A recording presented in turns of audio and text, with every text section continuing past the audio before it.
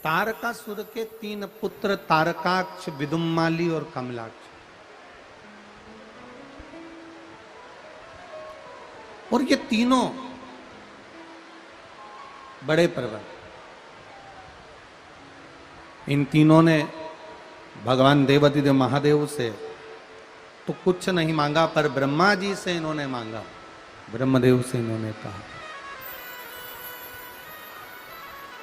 और ब्रह्मा जी से निवेदन करा, ब्रह्मदेव से निवेदन करा, महाराज हमको अगर कुछ देना है आपको तो दे दीजिए कि 3 पुरी का निर्माण हो जाए, 3 नगर का निर्माण हो जाए, 3 अलग अलग नगर बस जाए। और ये 3 नगर जो बसें,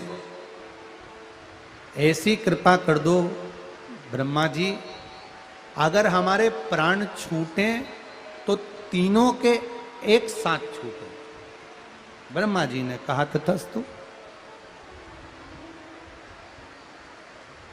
कह दिया तथास्तु। अब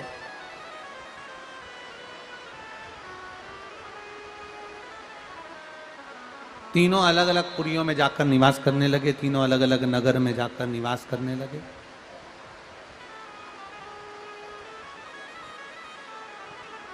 और तीनों जब अलग अलग नगर में जाकर निवास करे, समय बीता। अब इनको मालूम पड़ गया कि हम तीनों मरेंगे तो एक साथ मरेंगे, तीनों की मृत्यु होगी तो एक साथ होगी, इसलिए तीनों ने उपद्रव करना प्रारंभ कर दिया। और इतना उपद्रव किया कि इंद्रलोक हिलने लगा, देवलोक हिलने लगा, सारे की सारे देवता सब भगवान ब्रह्मा जी के पास में गए और ब्रह्मा जी से जाकर निवेदन करा, ब्रह्मदेव से, प्रभु कुछ कृपा करिए।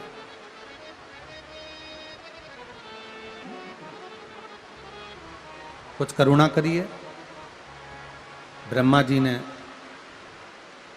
केवल इतना कहा ब्रह्मदेव ने कि आप तीनों इन तारकासुर के बेटों के लिए आए हो, तारकाक्ष, विदुम्माली और कमलाक्ष के लिए आए हो, तो इन तीनों को अगर मरना है तो एक ही समय पर मरना होगा, एक ही समय।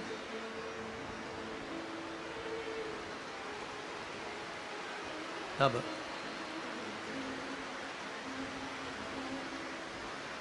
शीश गंगा की धार, गले सर्पों का महादेव,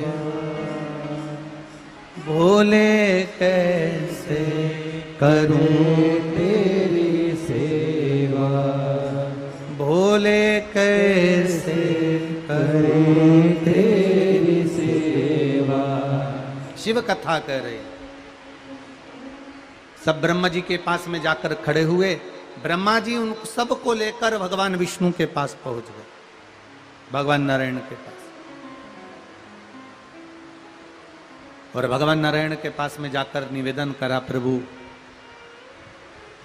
तारकासुर के 3 बेटे तारकाक्ष, विदुम्माली और कमलाक्ष की ने बहुत परेशान कर रखा, आप कुछ कृपा करिए, दया करिए। अब भगवान नारायण ने पूछा कि इनकी मृत्यु कैसे लिखी है वो बताओ, अगर प्राण छूटेंगे तो छूटेंगे कैसे, वो तो निश्चित बताओ कि इनके प्राण कैसे जाने, इनके प्राण कैसे छूटेंगे। कहा महाराज इनके प्राण छूटने का तो केवल एक तरीका है, केवल एक तरीका। क्या?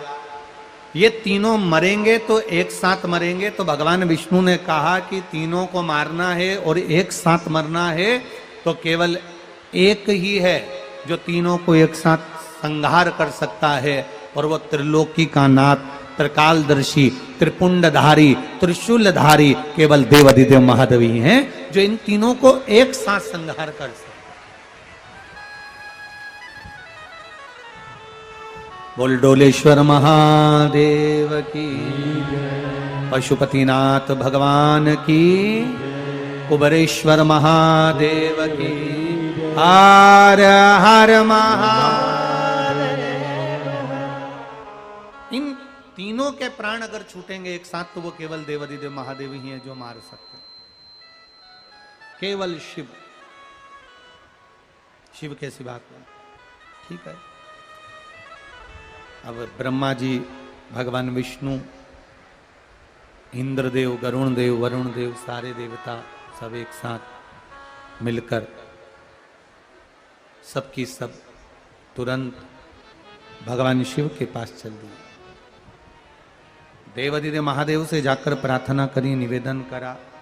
भगवान शंकर से जाकर निवेदन किया, प्रभु कृपा करिए, ये तारकासुर के 3 बेटे हैं, तारकाक्ष, विदुमाली और कमलाक्ष की। ये तीनों बड़ा उपद्रव मचाए हुए हैं, आप कृपा करोगे तो इनके प्राण छूट सकते हैं। शिवजी ने पूछा, इन तीनों को मारना कोई सरल तो है नहीं? एक को अगर मारना हो तो सरल है कि एक को मारना पड़ता। यहां तो तीनों एक जगह पर एकत्रित होंगे, तीनों एक जगह इकट्ठे होंगे, तब इनके प्राण छूटेंगे। और एक रहता है कहीं, एक रहता है कहीं। अब जरा विचार करो, एक दक्षिण में रहे, एक पूरब में रहे और एक पश्चिम में रहे, तो इन तीनों को इकट्ठा करना भारी है। इन तीनों को एकाग्रित भी तो करना पड़ेगा, और तीनों एकाग्रित होंगे तब तो मरेंगे ना।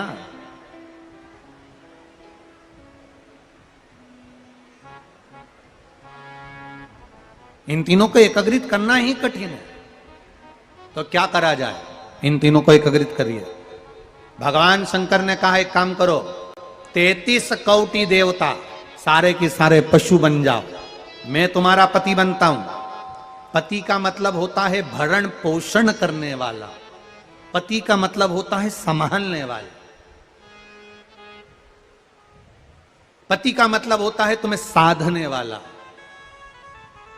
पति का मतलब होता है तुम्हारी रक्षा करने वाला।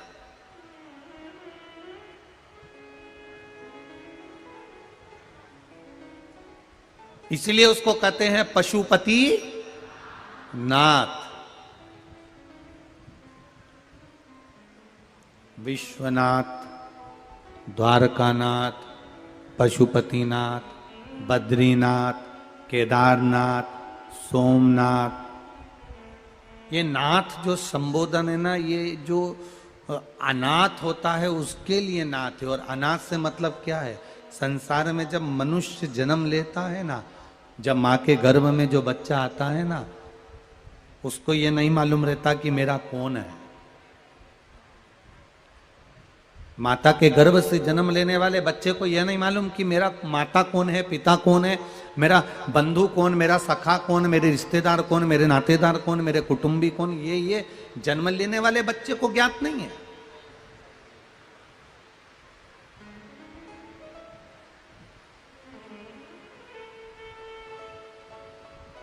जन्म लेने वाले बच्चे को भगवान शिव, माता के गर्भ में जब बच्चा जन्म लेता है तब भगवान शंकर जाकर स्वयं कहते हैं, तुझे चिंता करने की जरूरत नहीं है, तू जहां जन्म लेगा वहां तू अनाथ नहीं रहेगा, तेरे साथ स्वयं विश्वनाथ रहेगा। जब तक तू है पृथ्वी पर तेरे साथ विश्वनाथ है।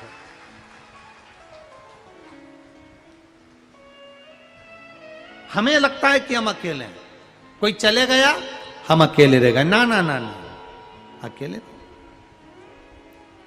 एक नीम के पेड़ पर बहुत सारे कौवे बैठे थे। एक मैना आ गई, शाम का समय था, रात्रि हो रही थी। नीम का पेड़, बहुत सारे कौवे बैठे थे, तो मैना भी आकर बैठ गई। कौवे ने कहा, ए मैना चलो उठ यहां से, यहां कौवे बैठे हैं, कौवों की जगह है, तू नहीं बैठ सकती, उठ। मैना कहने लगी, रात हो रही है, मैं अपना घर भूल गई हूं, मैं अपना वृक्ष भूल गई हूं। कौवे कहते हैं, ये हमारा पेड़ है, ये हमारा वृक्ष है, चल उठ यहां से, चल जा यहां से, उठ। मैना कहती, रात भर में कुछ घटेगा थोड़ी ना। रात भर में कुछ घटेगा क्या? आप लोगों ने पानी आया, थोड़ा थोड़ा सब सरक गए, सबको बिठा लिया, तुम्हारा कुछ गया क्या? अभी सब चले जाएंगे, पंडाल खाली हो जाएगा, आराम से बैठे रहना, उसमें क्या दिक्कत?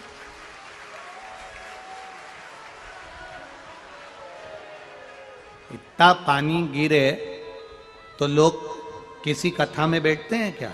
सब अपना अपना छाता लेके अपने अपने घर चले जाते हैं। इतना कीचड़ पानी में कौन बैठे? पर सबको मालूम है कि मौसम गड़बड़ हो रहा है, पानी भी आएगा, कीचड़ भी पड़ेगा। इतने समझदार लोग हैं कि छाता भी लेके आए, छाते भी साथ में लाए। और एक तो रोज आता है और बड़ा सारा पीला छाता लेके आता है, वो उधर होगा साइड में, पीला कलर का बड़ा सारा छाता, एक में 10 भरा जाए, वो रोज आता है। हमको तो लगता है कि उसको पहले से भगवान ने कह दिया था पानी गिरेगा तेरा छाता काम आएगा, हो लेके जा इसको। तो ये तो आपने, मीना कह रही है मुझे केवल रात भर रहने दो, मैं चली जाऊंगी, रात में कहां जाऊंगी। कौवे कहने लगे तो दिन भर भगवान का भजन करती है, दिन भर हरि हरि बोलती है, दिन भर शिव शिव बोलती है, दिन भर भगवान का भजन करती है, तू अगर भगवान पर इतना विश्वास करती है तो अंधेरे में भी जा, तेरे को डरने की कौन सी बात है, उड़ यहां से। मैना, कौवे कह रहे हैं हमारी जगह छोड़। मैना कहती है मैं तुम्हारी बहन हूं, तुम्हारे हाथ जोड़ती हूं, मुझे रह लेने दो। ना ना ना ना, तू जा, उठ जा यहां से, उठ उठ तो यहां से उठ, चले जाए यहां से उठकर। मैना सोची अब कहां जाऊंगी। कौवे भैया रात भर की तो बात है, थोड़ी सी देर रह लेने दो। ना ना ना, तू भगवान का भजन करती है ना, तो तेरे भगवान में अगर दम है तो जा। मैना उड़ी, एक आम के पेड़ पर जाकर बैठ गई। भगवान के भक्त को जब सताया जाता है,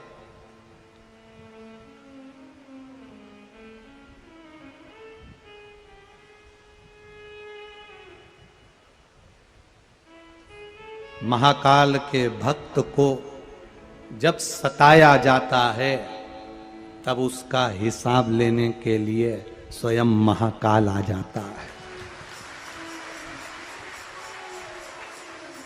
महाकाल के भक्त को जब जब सताया जाता है, उसका हिसाब करने के लिए मेरा महाकाल आ जाता है। मैना उड़ गई, चली गई, आम के पेड़ पर बैठ गई। रात्रि हुई, जैसे जैसे रात होने लगी वैसे वैसे मौसम बदलने लगा, हवा चलने लगी, आंधी चलने लगी, तूफान चलने लगा, पानी गिरने लगा। पानी गिरते गिरते ओले गिरने लगे, कौवे भागने लगे, भागने लगे। कौवे भागे, ओले गिर रहे थे, पंख पर लगे, कुछ मर गए, कुछ घायल हो गए, कुछ जमीन पर पड़ गए। सुबह हो गई, मैना उड़ती हुई सामने आई। कौवे ने, नीचे पड़े हुए कौओं ने कहा क्यों री मैना, कल रात को इतना पानी गिरा, इतनी आंधी आई, इतना तूफान आया, इतनी जलवृष्टि हुई, इतने ओले गिरे, तेरा कुछ नहीं हुआ? मैना कहती है आपने भगाया था, परमात्मा ने गले लगाया था, आम के पेड़ पर भेज दिया। आपने भगाया। अगर मैं ये सोच लेती कि बताओ कौओं ने मुझे भगा दिया, मेरी जाति के लोगों ने, मेरे पक्षियों ने मुझे भगा दिया, और मैं तुमसे भी बात करती, तुम्हारे लिए गलत सोचती, तो मेरा मन गलत हो जाता। मैं वहां से उड़कर आम के बगीचे में चली गई, तेज हवा चली, आंधी चली, आम के पेड़ की एक डाली टूट गई, जड़ से जब डाली टूटी वहां कोटर हो गया। मैना कहती है मैं अंदर जाकर बैठ गई, रात भर ओले गिरते रहे, मैं बच गई और आज उड़कर जा रही हूं। इसको कहते हैं भगवान पर भरोसा कर कर चलोगे तो सब जगह बच लो। ईश्वर पर अगर भरोसा है, शंकर पर अगर भरोसा है, मेरे राम पर अगर भरोसा है, मेरे कृष्ण पर अगर भरोसा है, मेरे नारायण पर अगर भरोसा है, भगवान पर अगर भरोसा कर कर चल रहे हो, तो कितनी भी आंधी तूफान जल कुछ भी आए को वो बचा लेता है। महाराज, दुख जब आता है तुम्हारा भरोसा, तुम्हारा विश्वास तुम्हें बचा लेता है। तुमने जितना भरोसा करा, तुमने जितना विश्वास करा, जितनी तुमने दृढ़ता धारण करी है, जितना तुमने विश्वास धारण करा है, परमात्मा तुम्हें बचाएगा। ये निश्चित है, तुम्हारा विश्वास तुम्हें बचाएगा।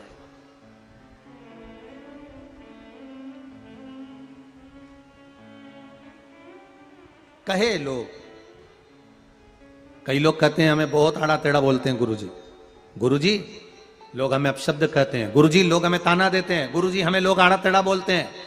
कोई कहता है शंकर जी पे चढ़ा हुआ जल नहीं पीना चाहिए, कोई कहता है शंकर जी पे बेलपत्र मत चढ़ाया करो, कोई कहता है शंकर जी पे बेलपत्र चढ़ाया करो, कोई कहता है शिव मंदिर मत जाया करो, कोई कहता है शंकर जी पे जल मत चढ़ाया करो, कोई कहता है शंकर जी पे चढ़ा हुआ जल मत पिया करो, कोई कुछ कहता है, कोई कुछ कहता है, कोई कुछ कहता है। हम किसकी सुने? शिव महापुराण की कथा कहती है, इस दिल की सुनना, अपने मन की सुनना, जो तुमको अच्छा लगे वैसा भजन करना और अपनी जिंदगी को जीना। जिसने दिल की सुनी, ये पत्रों ना है, इतने सारे पत्रों में कितने कितने पत्रों में वर्णन किया, जरा देखिए। एक गौरी शंकर वीरगंज से हैं, गौरी शंकर साहा, वीरगंज नेपाल। कहीं बैठे हो तो हाथ हिलाइएगा। आप ही हैं, दोनों हाथ हिला दो ऐसा। गौरी शंकर जी, गौरी शंकर साहा, वीरगंज नेपाल से है। मेरा मोबाइल नंबर ये है। मैं बाबा का क्या वर्णन करूं गुरुदेव। 14 वर्ष की उम्र से लेकर 54 वर्ष की उम्र तक मेरे घुटनों में तकलीफ रही। सारा डॉक्टरों का इलाज करवाया, सब कुछ करवाया, पर घुटने सही नहीं हुए। आपने एक बार कथा में कह दिया था गुरुदेव कि शिवरात्रि के दिन रात्रि को 12 बजे शंकर जी पर चढ़ी हुई एक बेलपत्र शिखर का दर्शन कर कर खा लेना चाहिए। मैंने बस वही शिव की कथा पर विश्वास कर कर उस बेलपत्र को शंकर जी के मंदिर का शिखर देखकर शिवरात्रि के दिन रात्रि को 12 बजे खा ली। बाबा, गुरुजी, क्या वर्णन करूं। बाबा की कृपा से अब मेरे घुटने एकदम ठीक हैं। आज मेरी 64 वर्ष की आयु है, मुझे तकलीफ रत्ती भर की नहीं, और बाबा ने मुझे संभाल लिया है। ये शिव तत्व है। अब ठीक है। श्री शिवाय नमस्तुभ्यम। बैठिए। शिव तत्व को जिसने जाना, एक पत्र और आया।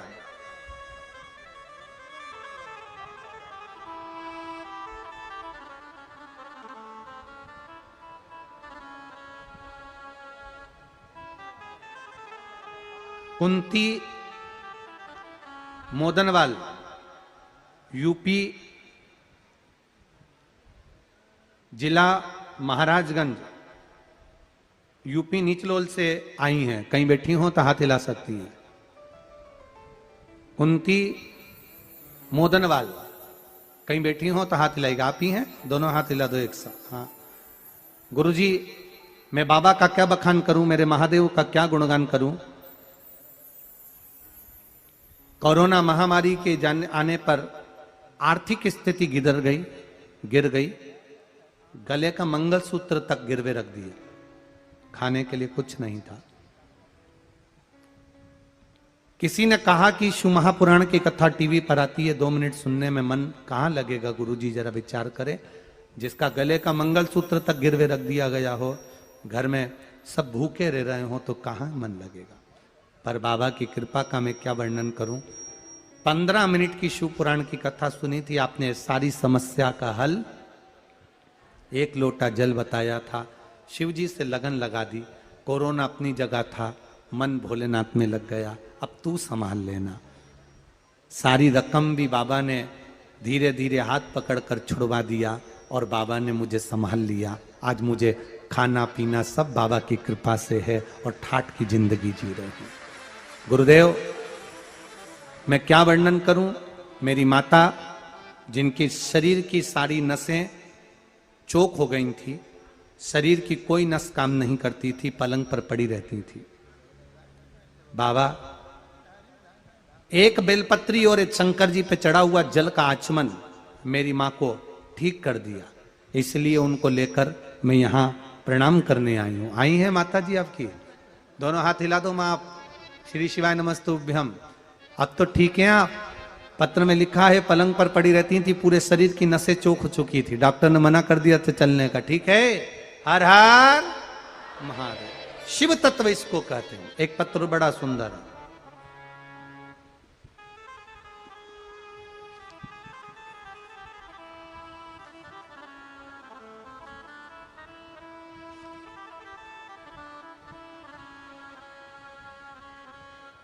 नीलम देवी पश्चिम चंपारण से आई हैं। कहीं बैठी हो तो हाथ हिला सकती हैं। नीलम देवी पश्चिम चंपारण से आई हैं, दोनों हाथ हिला सकती हैं कहीं बैठी हो तो। 17 वर्ष के बाद संतान की प्राप्ति हुई है। नीलम देवी चंपारण से आई हैं, जिनकी देवरानी के घर में संतान नहीं थी। डॉक्टरों ने हाथ ऊंचे कर दिए थे, पर बाबा की कृपा से 15 मई को बाबा ने ऐसी कृपा कर दी है, और यही 15 मई 2023 को बाबा की कृपा से संतान की प्राप्ति हुई है। मैं अपनी देवरानी की तरफ से बाबा को यहां प्रणाम करने के लिए आई हूं। 17 वर्ष के बाद बाबा दिए। ये शिव तत्व है। करो उसकी भक्ति। थोड़ा दुख आएगा, कष्ट आएगा, रोग आएगा, बीमारी आएगी, तकलीफें आएंगी, पर आपका चढ़ाया गया एक लोटा जल, सुनी हुई शिव महापुराण की कथा कहीं ना कहीं काम जरूर आए, निश्चित है। आप करो उसका भजन, आप करो मंत्र जप। शिव कथा कर रही है। तारकाक्ष, विदुमाली और कमलाक्षकी को मारने के लिए भगवान शंकर ने पशुपति नाथ बन गए। पति का मतलब होता है भरण पोषण करने वाला। पति का मतलब होता है तुम्हें साधने वाला। पति का मतलब होता है ध्यान देना। पिता और माता में जमीन आसमान का अंतर है। पिता अपने बच्चे को अच्छी शिक्षा दे सकता है। पिता अपने बच्चे का पेट भर सकता है। पिता अपने बच्चे को अच्छे एजुकेशन दे सकता है। पिता अपने बच्चों के लिए दौलत इकट्ठी कर सकता है। पर पिता से ज्यादा फर्ज मां को अदा करना पड़ता है। अपने बच्चों को संस्कार मां को देना पड़ता है। आने वाले समय में तुम्हें पूछेगा, नहीं पूछेगा, आदर करेगा ना करेगा, सत्कार करेगा ना करेगा, आती है। ये मां सिखाती है। आदर करेगा ना करेगा, सत्कार करेगा ना करेगा, कैसे संस्कार है आपके, ये मां सिखाती है। अपने बच्चों को संस्कार देने का काम मां करती है।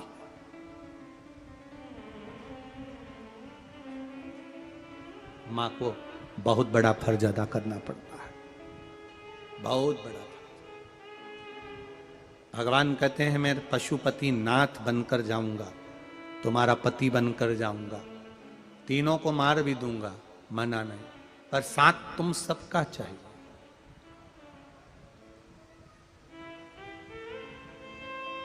चार बेल एक साथ रहते थे।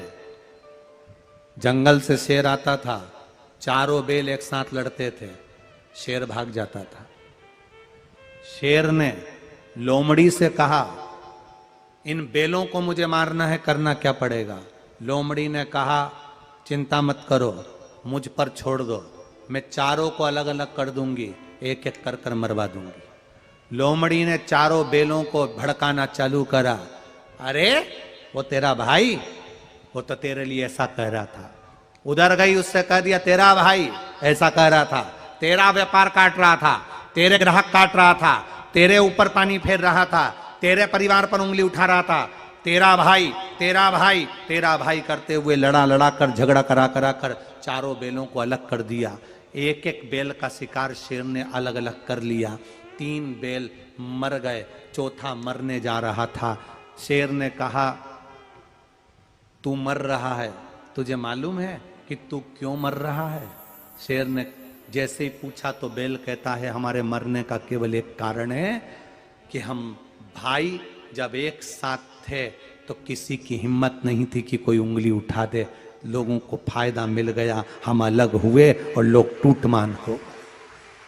अपनी एकता को दर्शाइए और अपनी एकता में रहिए।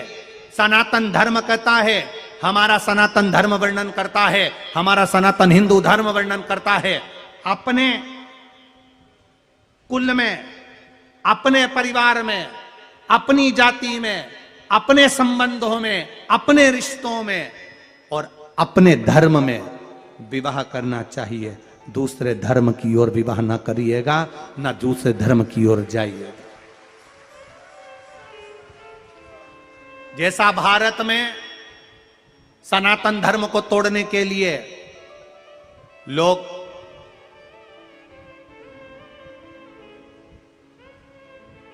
दूसरे धर्म में अपनी ओर आसक्त कर रहे हैं, अब अभी तक नेपाल देश में दूसरे धर्म के लोग हावी नहीं हो रहे थे। दूसरे धर्म के लोग आपके ऊपर हावी नहीं हो रहे थे। अब नेपाल देश में भी धीरे धीरे दूसरे धर्म के लोग हिंदू धर्म, सनातन धर्म को तोड़ने के लिए हावी होने लगे और उनको खींचकर अपने धर्म की ओर मिलाने लगे। सावधानी आपको चाहिए। अपने बच्चों को वो संस्कार दीजिए कि अपने धर्म में विवाह करें, अपने धर्म में रहें, अपने धर्म को माने, दूसरे धर्म की ओर आसक्त ना हो, दूसरे धर्म की ओर आसक्त ना हो। शिव जी कर रहे मैं पशुपति बन जाऊं, मार दूंगा इनको। गए मेरे भोलेनाथ मारने के लिए, तारकाक्ष विदुमाली कमलाक्षकी को मारने लगे तो कमलाक्षकी ने पीछे से फरसा उठाकर शंकर भगवान जो पशु बनकर गए थे उनका सिर काट दिया। धड़ केदारनाथ जी में गिर गया। शीश डोलेश्वर महादेव, पशुपतिनाथ के रूप में डोलेश्वर महादेव में आकर गिर गया। शीश डोलेश्वर महादेव के रूप में आकर गिरा। कभी एकांत में जाकर डोलेश्वर महादेव का दर्शन करना। शंकर भगवान जो पशु का रूप धारण करे थे, उनका जो शीश था, उनका जो चेहरा था, जब धड़ नीचे गिरा तो शीश वहां जाकर गिरा। एक पशु का जो चेहरा होता है, उसके जो नेत्र होते हैं, उसका जो मुख होता है, उसका जो स्वरूप होता है, कभी एकांत में डोलेश्वर महादेव का दर्शन करना। महादेव जो पशु का रूप रख कर गए थे, धड़ जो केदारनाथ में रहा और शीश जो डोलेश्वर महादेव में रहा, आपको उस पशु के शीश जैसा भगवान का डोलेश्वर महादेव का पूरे शीश का दर्शन हो जाएगा। ब्राह्मण देवता से कहोगे तो वो बता भी देंगे। आप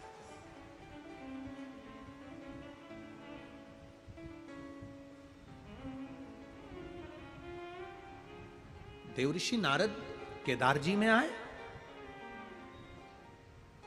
भगवान नारायण से मिलते हुए देवऋषि नारद केदार पहुंचे और केदार में आकर देवऋषि नारद ने भगवान देवाधिदेव महादेव के जब धड़ को देखा, शीश नहीं था।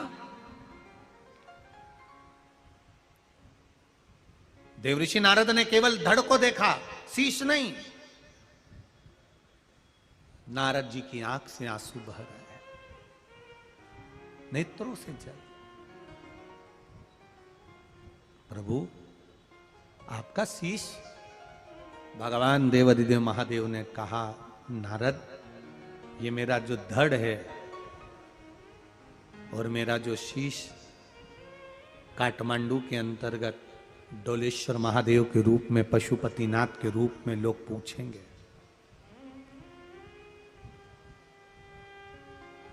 वो कोई साधारण नहीं है।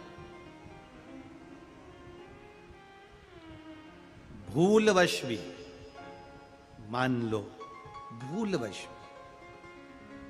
कोई भूल से भी यदि एक बार मेरे धड़ का दर्शन नहीं कर पाया और मात्र मेरे शीश का दर्शन डोलेश्वर महादेव के रूप में जो पशुपतिनाथ के रूप में विराजमान है, उसका मात्र दर्शन कर ले, एक शमी की पत्ती या एक बेलपत्र केदारेश्वर के नाम को लेकर डोलेश्वर पर समर्पित कर देता है, उसकी मनवांछित फल की प्राप्ति उसको हो जाती है। नाम केदारेश्वर का बोलकर डोलेश्वर पर एक शमी की पत्ती, एक बेलपत्र कोई भूल वश भी समर्पित कर दे तो उसकी मनवांछित फल की कामना पूर्ण हो जाती।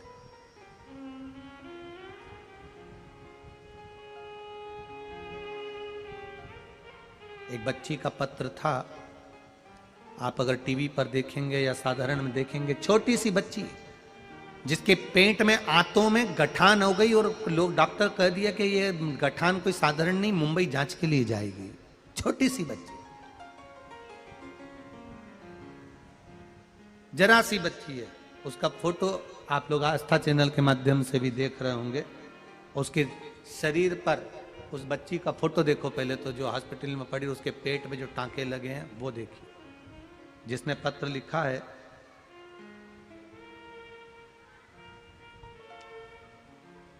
रूबी झा मुजफ्फरपुर बिहार से हैं। कहीं बैठी हो तो हाथ हिलाइएगा। आप ही हैं? दोनों हाथ हिला दो। रूबी झा मुजफ्फरपुर बिहार से हैं। बाबा, मैं मेरी उस बच्ची के लिए प्रणाम करने आई हूं। मेरे देवर का लड़का जो मात्र 15 महीने का था, मार्च में उसकी तबीयत खराब हो गई और डॉक्टर ने बोल दिया बच्चे के शरीर के अंदर गांठ पड़ गई है, वो गठान निकालना पड़ेगी, जांच के लिए जाएगी और वो गांठ साधारण नहीं है। 15 महीने का बच्चा। अब वो 15 महीने के बच्चे के शरीर में जो गांठ पड़ी, वो गांठ साधारण नहीं है, वो जांच के लिए जाएगी। और हो सकता है कि बड़ी बीमारी के भी योग रहे, कैंसर जैसी बीमारी के योग रहे। गुरुदेव, उसकी मां रो रही, आंखों से आंसू बह रहा। 15 महीने के बच्चे का ऑपरेशन होना है। तभी देवर देवरानी बाबा से विनती करने सीहोर गए। वहां से ट्रेन से जाकर दिल्ली से सीहोर गए, वहां से एक रुद्राक्ष मांग कर लाए और रुद्राक्ष लेकर आए और बच्ची को बूंद बूंद पानी उस बच्चे को देना चालू करा और डॉक्टर से कह दिया तुम ऑपरेशन करो। मेरा मन कहता है, सीहोर वाला महाराज कहता है, सारी समस्या का हल एक लोटा जल है और रुद्राक्ष के महत्व को उनने बताया है तो शिव साधेगा। मैं जानती हूं मेरी बच्ची के पेट में गांठ है और जो आप कैंसर की बोल रहे हो सकता हो। गुरुदेव, बच्चे को 15 महीने के बच्चे को बूंद बूंद पानी दिया, ऑपरेशन के लिए ले गए, पेट फाड़ा गया जिसका फोटो लगाया गया। जब पेट फाड़ा, शरीर में एक भी गांठ नहीं थी, सारी गांठ समाप्त हो चुकी। उस पेट फाड़ा गया, पेट के ऑपरेशन के जो टांके लगे उसका भी फोटो भेज रही है। जो ऑपरेशन के टांके लगाए गए, जो ऑपरेशन के टांके लगे हैं उसके भी फोटो लगा रहे, उसके भी फोटो लगाए। जो पेट में टांके लगाएगा, जब पेट फाड़ा गया, गठान एक नहीं थी, मेरे देवाधिदेव महादेव ने साध लिया। डॉक्टर भी आश्चर्य कर रहे हैं कि ये हो ही नहीं सकता। जो गांठ बताई गई वो निकली नहीं, गई कहां? शिव तत्व को जाने, बोल बम का नारा है, उसके सहारे हम जी रहे हैं। हमारा चित्त, हमारी वृत्ति, हमारा मन, हमारी इष्टता, हमारा शिव हो और छूटे